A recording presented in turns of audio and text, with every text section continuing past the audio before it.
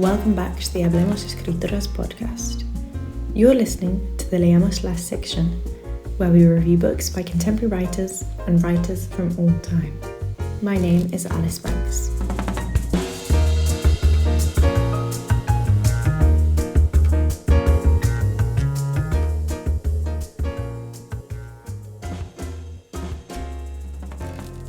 For those coming from Spanish-speaking countries, the name Miguel de Cervantes Saavedra is immediately familiar.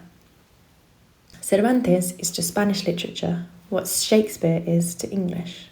In fact, both writers died in the same year, 1616.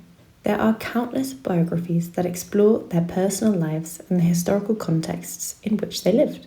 Essential works include Stephen Greenblatt's studies of Shakespeare, Ilan Staman's writing on Cervantes, and the extensive research of Luis Astrana Marin. But what about fiction? What about novels that enrich and inspire readers through imagined anecdotes and recreations of their lives? Historical novels, or fiction based on history, can both teach and entertain. For example, Maggie O'Farrell's Hamlet offers a moving perspective on Shakespeare's son, who inspired Hamlet.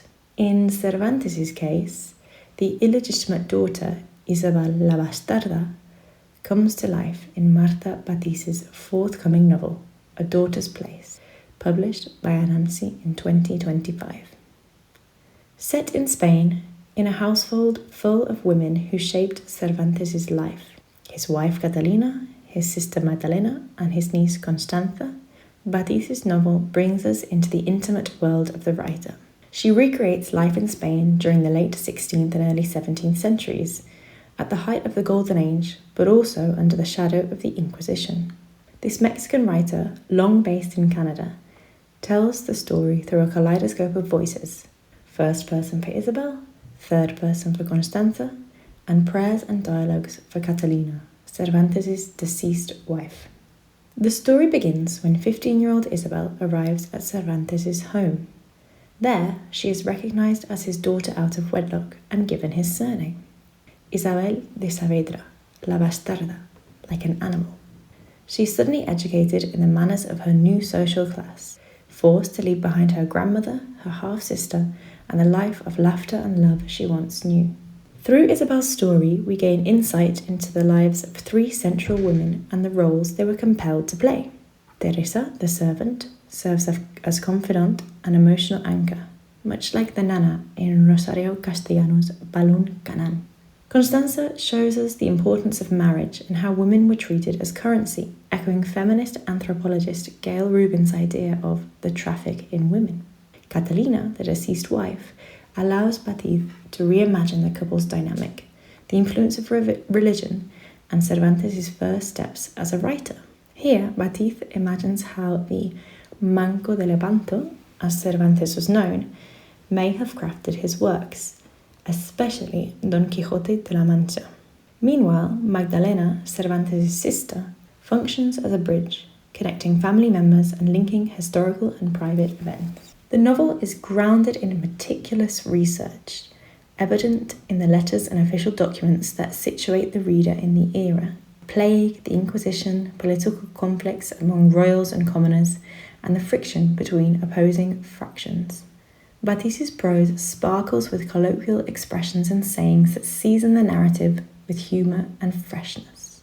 Her characters feel alive as ordinary people, falling in love, crying, envying, hating, and struggling with confusion and pain.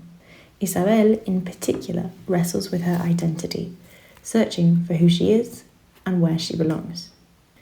Themes of identity, belonging, history, and literature unfold around the kitchens, the streets, and hearths of Spain, a country steeped in tradition, rich food, and complex history. Historical novels allow us to see what is often unseen, especially the participation of women, not only in private, but also in public life. Bátiz accomplishes this brilliantly, challenging the old saying, detrás de un gran hombre hay una gran mujer. Behind every great man, there is a great woman. She reframes it instead as, thanks to many women, men can be great. The private life of Miguel de Cervantes Saavedra remains a mystery, as our only sources are official records. But fiction takes us to another level, portraying the human being full of challenges and imagining how a bastarda daughter may have saved him. Bátiz's novel gives us Isabel, a character who embodies what it meant to be a woman in Spain's golden age, the limitations imposed, the roles demanded, and the struggles endured.